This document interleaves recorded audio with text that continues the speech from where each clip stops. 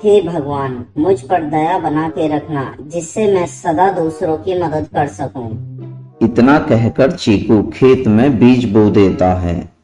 सुंदरवन एक बहुत बड़ा जंगल था, जिसमें सभी प्रकार के जानवर मिलजुल कर रहा करते और हमेशा खुश रहते।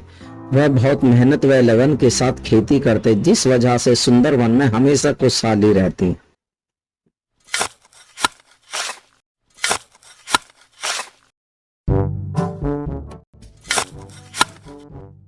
चीकू, तू पूरे दिन खेती में लगा रहे भाई, तेरा तो कोई परिवार भी नहीं, फिर इतनी मेहनत क्यों करे तू? तेरी मेहनत का मजा दूसरे ले में। रोनी भाई, आप और ये जंगलवासी भी तो मेरा परिवार ही हो। अगर मैं अपनी फसल में से किसी को कुछ दे भी दूं तो मेरा क्या जाता है? वैसे भी मुझे ही नहीं, जंगल के सभी जानवरों को एक दूसरे की मदद करनी चाहिए। अपने लिए भी तो कुछ सोच ले, कहीं दूसरे की भलाई के चक्कर में ही रह जा तू। हर समय अच्छा बनने की कोशिश करता रहे, किसी दिन इसे मजा जरूर चखाऊंगा। चीकू एक अनाथ खरगोश था। उसके माता पिता बचपन में ही चल बसे। चीकू बहुत दयालु हृदय के स्वभाव का था। वह हमेशा सबकी मदद करता, जिससे सभी जानवर उसकी बहुत इज्जत और प्यार करते। मगर रोनी, जो चीकू का पड़ोसी था, उससे मन ही मन जलता। वह हमेशा उसे नीचा दिखाने की कोशिश करता।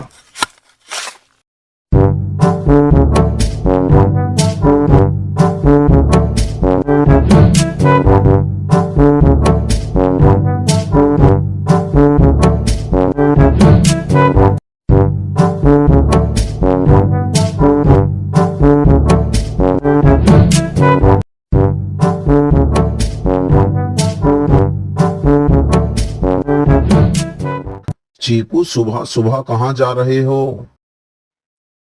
कुछ नहीं चाचा, ये फल बाजार में बेचने जा रहा हूँ, शाम को ही लौटूंगा। आप मेरे खेतों में से जाते हुए कुछ फल जंबो के लिए लेते जाना। कितना अच्छा लड़का है, हमेशा दूसरों के बारे में ही सोचता रहता है।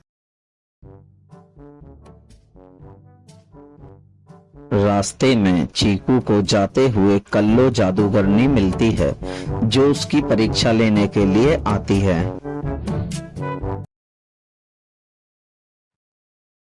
बेटा, मुझे बहुत भूख लगी है, क्या तुम मुझे कुछ खाने के लिए दे सकते हो? हाँ मौसी, जो आपका मन करे आप वो खा सकती हो। बेटा, मैं तो तुम्हारे सारे फल खाऊंगी, मगर मुझ पे तुम्हें देने के लिए पैसे नहीं हैं।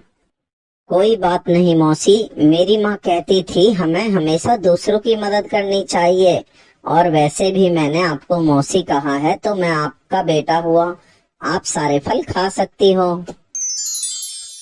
चीकू, मैं जादूगरनियों की रानी हूँ और मैं यहाँ तुम्हारी परीक्षा लेने के लिए आई थी और तुम परीक्षा में पास हो गए।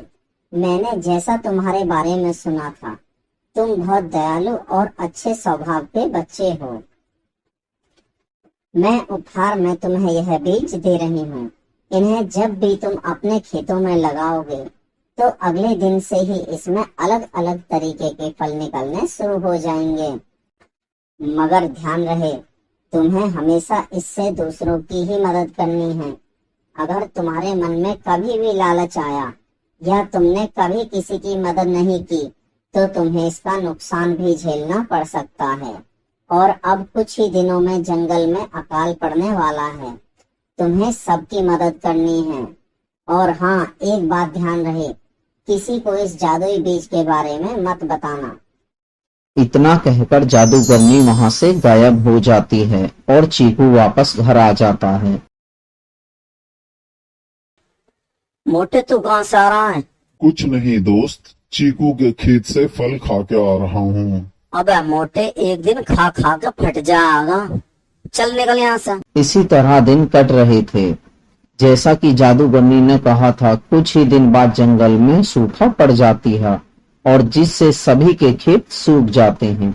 अब सब जंगल वासियों का खाना धीरे धीरे खत्म होने लगता है। अब सब जंगलवासी खाने के लिए इधर उधर भटकने लगते हैं। इस मौके का फायदा रोनी ने उठाया और वह फलों की दुकान खोल लेता है और बहुत ही ऊंचे दामों में फल बेचता है।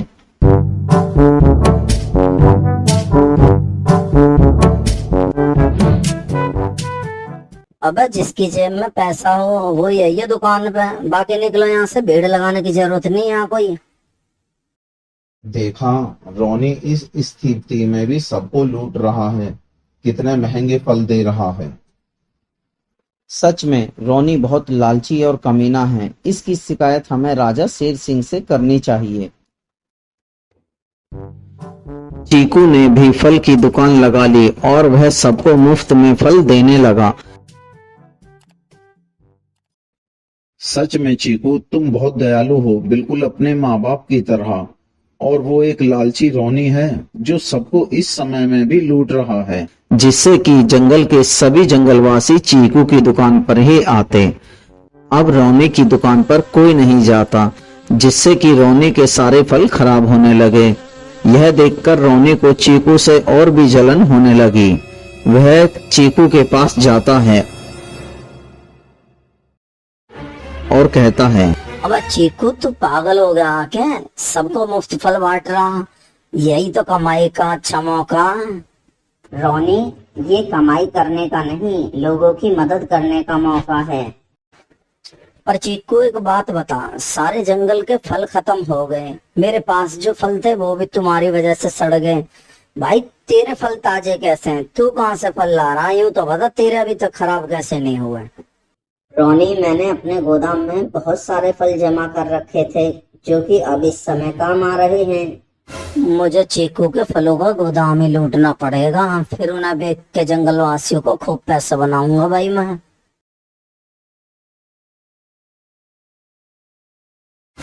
अब मोटे, तू भी फल लेने के लिए लाइन में खड़ा है, चल मैं तुझे फल के गोदाम में ही ले चलूं, खूब खाइए जी भर के।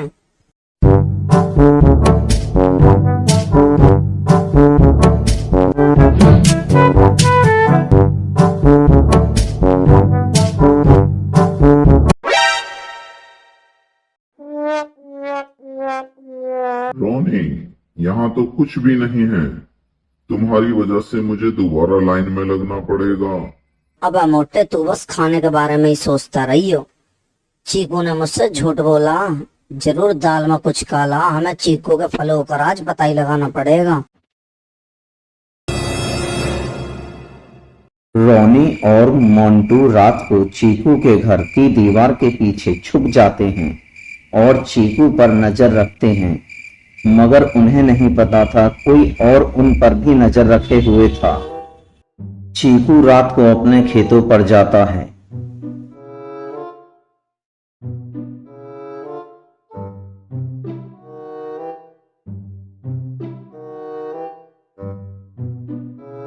हे भगवान, मुझ पर दया बना के रखना, जिससे मैं सदा दूसरों की मदद कर सकूं।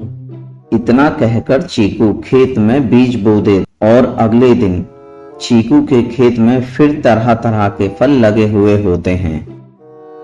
ये राज है चीकू के फलों का, मुझे फल नहीं, चीकू के ये बीज चुराने पड़ेंगे। जब चीकू अपनी दुकान पर जाता है तो रोनी और मोंटू चीकू के घर में घुसकर उसके बीजों की थैली चुरा लेते हैं और जैसे ही वह उसके घर से निकलते हैं उनके सर पर कोई चीज जोर की लगती है, जिससे कि वह दोनों बेहोश हो जाते हैं। सर में इतनी तेज दर्द हो रहा और ये काम भाई मैं। रोनी, तुम हमारी जेल में हो, भोले जंगल वासियों को लूटने और चोरी के इल्जाम में। अब सारी जिंदगी तुम जेल में ही रहोगे, यही तुम्हारी सजा है। तो देखा दोस्तों, इससे हमें क्या सीख मिलती है। हमें कभी भी दूसरों के बारे में बुरा नहीं सोचना चाहिए और हमें दूसरों की ज्यादा से ज्यादा मदद करनी चाहिए। अगर दोस्तों आपको हमारी और भी ऐसी ही कहानियां देखनी हैं तो हमारे चैनल को सब्सक्राइब करिए, हमारी स्टोरी को लाइक करिए और ज्यादा से ज्यादा अपने दोस्तों पे शेयर करिए। है